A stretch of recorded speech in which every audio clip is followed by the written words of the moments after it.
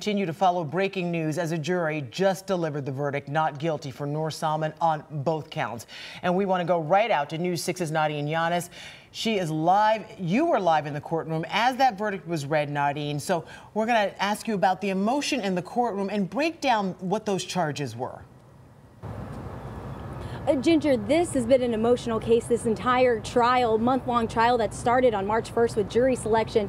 But those emotions came to a peak today inside that courtroom as we were waiting for this verdict to be read. Before that verdict even came down, Noor Salman sitting with her attorneys, physically shaking, holding her hands, one attorney putting his hand over hers, reassuring her. Her family walking in, reassuring her as well. And that moment that guilty verdict came down, the first thing that not guilty verdict came down, the first thing Noor Salman did was turn to look at her family. Take a look at this sketch. This was that moment from our sketch artist where she immediately turned to her family. The difference between this sketch, though, however, is that Noor Salman was red, crying, huge tears falling down, sobbing in joy and elation, looking at her family, also sobbing, gasping as they heard the not guilty come down on the charges. So quick overview of the charges that she was charged with.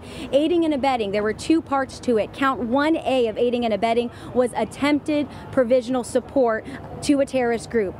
They said not guilty. Count 2B of 1B of aiding and abetting, provisional support to a terrorist organization, aiding and abetting, not guilty. And the second count, count 2, obstruction of justice, not guilty.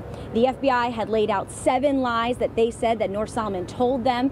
The government also said that Noor Salman had cased the Pulse nightclub, had cased City Place in Disney Springs with him. They laid out what they said was aiding and abetting, but that jury, after 3 days of deliberation, 12 hours total, coming back with that not guilty verdict.